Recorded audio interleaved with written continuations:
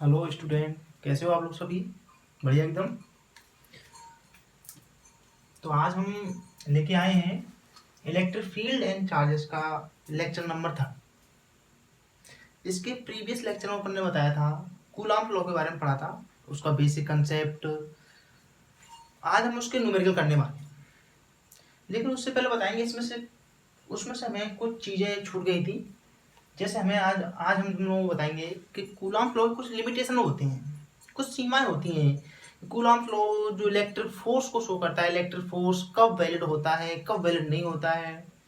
फिर उसके बाद एक छोटा टॉपिक रह गया है इसमें, प्रिंसिपल ऑफ सुपरपोजिशन, मतलब अध्यारोपण का सिद्धांत, प्रिंसिपल ऑफ सुपरपोजिशन। उनके ऊपर थोड़ा चर्चा करेंगे अपन 2 4 5 मिनट। उसके बाद फिर अपन इसके अच्छे अच्छे न्यूमेरिकल कराएंगे। पहले बोर्ड लेवल क्वेश्चन कराएंगे, फिर कुछ क्वेश्चन नीट लेवल से होंगे, फिर एक तो यदि टाइम थोड़ा रहा तो 1 2 क्वेश्चन अपन इसके IIT JEE एडवांस लेवल के करा देंगे। ठीक है, तो अभी तक के अपन ने 2 या 3 लेक्चर अपलोड किए हैं, तो पढ़ते रहिए, उनको देखते रहिए। और आज का लेक्चर जो हम स्टार्ट करेंगे उसके लिए तुम्हें हमारे दोनों लेक्चर देख के आना पड़ेगा, फर्स्ट और सेकंड। उसके लिए आपको कुछ नहीं करना है, यूट्यूब पर टाइप करो electric field and charges part first and part second, और पीछे लगा दो योगेश फिजिक्स क्लासेस। तो उसमें आपको वो दोनों लेक्चर मिल जाएंगे। तो वहां पर उन दोनों लेक्चरों को आप देख के आएंगे तो ये लेक्चर आज का ही तो ही समझ में आएगा, अन्यथा ये लेक्चर समझ में नहीं आएगा। ठीक है, तो हम स्टार्ट करते हैं। पहले तो हेडिंग लगा लीजिए, limitation limitation four of Coulomb's law. Coulomb's law मतलब कूलॉम्स लॉ के कुछ लिमिटेशन है, कुछ सीमाएं हैं। ऐसा बोल सकते हैं, कूलॉम नियम की सीमाएं। क्या सीमा है इसकी? मतलब ये जो कूलॉम लॉ है, कूलॉम का नियम है, कब वैलिड होगा। तो इसमें देखो ज्यादा कुछ अपन चर्चा नहीं करेंगे। आप लोगों को पता है, अपन ने कल बताया था, ये जो कूलॉम का नियम है, इलेक्ट्रिक फोर्स है, जो भी विद्युत बल है, वो केवल पॉइंट चार्ज पर वैलिड है। कल पॉइंट चार्ज के लिए तुम्हारे लिए फील्ड दिया था। पॉइंट चार्ज का मतलब बिंदु आवेश का मीन्स क्या होता है, उसके लिए बहुत अच्छा समझाया था बनने का। ठीक है, तो पॉइंट चार्ज के लिए वैलिड है ये, मतलब कि एक्सटेंडेड चार्ज, मतलब कि बड़े चार्ज पर ये फोर्स नहीं लगता। मतलब इसमें ये कूलॉम जो लॉ है अपना, कूलॉम का नियम, ये एक्सटेंडेड चार्ज पर, बड़े चार्ज पर वैलिड नहीं है। तो पहला पॉइंट ये हो गया इसके लिए, लिखो, नोट कर लो इसको। मतलब कूलॉम का नियम बड़े चार्ज के, बड़े आवेश पर आरोपित नहीं होता है। ठीक है, दूसरा पॉइंट की बात करें अपन, दूसरा पॉइंट बड़े ध्यान से देखो। पहला पॉइंट हो गया, दूसरा पॉइंट क्या बताता है कि कूलॉम्स लॉ, जिससे इलेक्ट्रिक फोर्स होता है, वो केवल वो वैलिड होता है जब अपने पास जो चार्ज होते हैं वो रेस्ट पर हो। चार्ज कैसे हो? रेस्ट पर।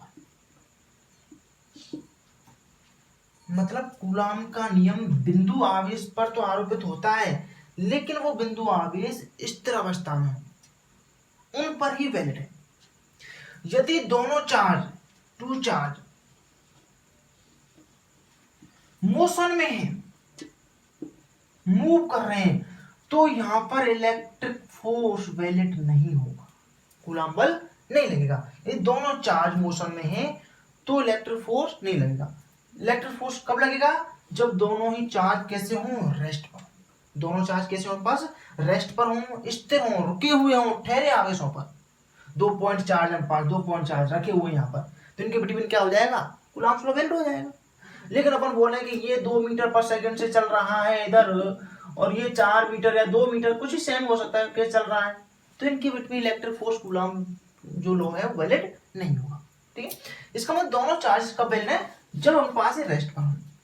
तीसरा पॉइंट देखो, इसी में है, दूसरे पॉइंट में एक जगह महादेव, एक जगह और वैलिड हो जाता है। कब होता है? दोनों चार्ज में से एक फर्स्ट चार्ज रेस्ट पर हो और सेकंड चार्ज मोशन में हो, तो भी ये कूलॉम लॉ वैलिड होगा। ध्यान देंगे, दोनों चार्ज रेस्ट पर हैं, कूलॉम लॉ वैलिड है।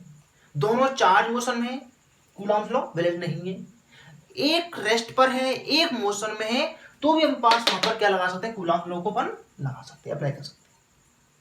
तो ये तो कुछ क्या होगी, कूलॉम लॉ की कुछ लिमिटेशन होगी, तो इनको कुछ लिखना नहीं है। चलो अब आगे हेडिंग डालो, आप हेडिंग बनाओगे principle of superposition of charges. Principle of superposition of charges, या इसको बोल सकते हैं अपन अध्यारोपण का सिद्धांत। अब तुम लोगों ने 11th क्लास पढ़ी हुई है तो कुछ याद आ रहा होगा। अध्यारोपण का सिद्धांत अपन ने कितनी जगह पढ़ा था 11th क्लास में, कई बार आया है। प्रिंसिपल ऑफ सुपरपोजिशन, प्रिंसिपल सही, प्रिंसिपल ऑफ सुपरपोजिशन, क्या सुपरपोजिशन ऑफ चार्जेस। और सबके लिए एक जैसा ही होता है, वो चार्जेस लगाओ मत लगाओ, सबके लिए एक जैसा होता है, ठीक है। कहते हैं अध्यारोपण का सिद्धांत, आवेशों का अध्यारोपण का सिद्धांत लिख दो, आवेशों का अध्यारोपण का सिद्धांत पढ़ा हुआ ना अपन ने, प्रिंसिपल ऑफ सुपरपोजिशन। वेव के लिए अपन ने, ठीक है, साउंड वेव वगैरह डिस्कस की थी उसमें 11th क्लास में, ध्वनि तरंगों के लिए, ठीक है। देखो क्या होता है, प्रिंसिपल ऑफ सुपरपोजिशन क्या बोलता है, एज्यूम करो, सपोज करो आपके पास ये कोई पॉइंट चार्ज क्यू नॉट है, ठीक, यहां पर एक पॉइंट चार्ज Q1 है, यहां पर एक Q2 है, ये Q3, इस तरह से हमारे पास क्या है, Qn, n चार्जेस। अब इस Q0 के पास n चार्जेस रखे हुए हैं, तो ये इन पर फोर्स लगाएंगे, सभी चार्जेस इस Q0 पर फोर्स लगाएंगे, ये फोर्स लगाएंगे इस पर, और रिपल्सिव फोर्स होगा, अट्रैक्टिव फोर्स होगा, उसके बारे में नहीं करना, कुछ भी हो सकता है, ठीक है। ऐसे फोर्स लगाएंगे।